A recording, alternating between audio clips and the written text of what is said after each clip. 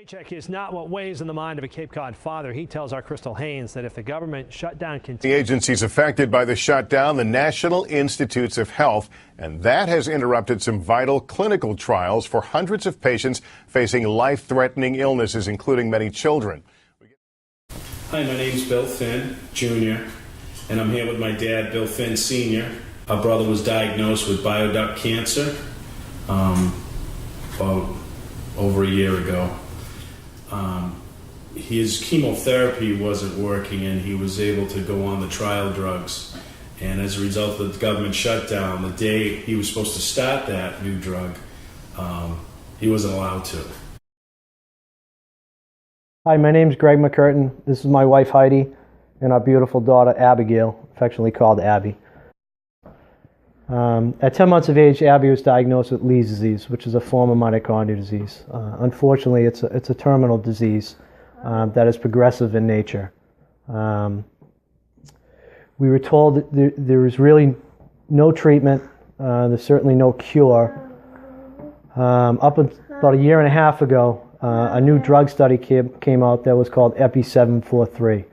And NIH was running a study to include that drug for Leigh disease patients. When the NIH shut down, the National Institute of Health, that shattered some dreams we had for Abigail. We had a lot of hope and promise in this new drug, Epi 743, and that really shattered us. As a result of Congressman Keating getting wind of it and helping Leo, we were able to get him on those trial drugs. Geez, when was that, Dad?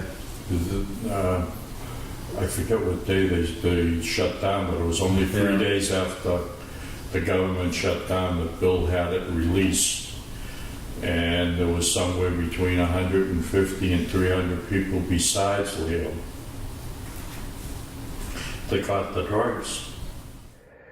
We reached out to Congressman Keating's office, and Congressman Keating told us that he would do everything that he could to look into the drug study that Abby was in and see what he could do on his end. And he made those promises real. He contacted NIH and was able to get some unfurloughed employees back to work that were working with Abby. And we lost Leo actually 6 months ago. But as a result of Congressman Keating helping our family, it really got viral, and it did help a number of people that were on the trial drugs, and some folks actually it worked for. And as a result of my brother, and we're all pretty proud of him, he did hit the news waves. A lot of stations contacted him. As a result of that, a lot of people's lives were extended. She's been on the drug now for almost a year, last November, and she's flourishing. She's making great strides. Her own doctor has said that they believe that the disease is either arrested or it's slowed down, which is quite frankly unheard of for Leigh disease. Congressman Keating calls us regularly to check in on Abby, to see how she's doing on this drug, as well as just to see how she's doing overall and to see how we're doing. He's constantly asking us if we need anything, and at this time we're pretty good. Abby's doing very well. We've been able to keep her out of the hospital. She's not been sick like she has in the past. Congressman Keating has been a very big supporter of Abby, which helps us to deal with her terminal illness.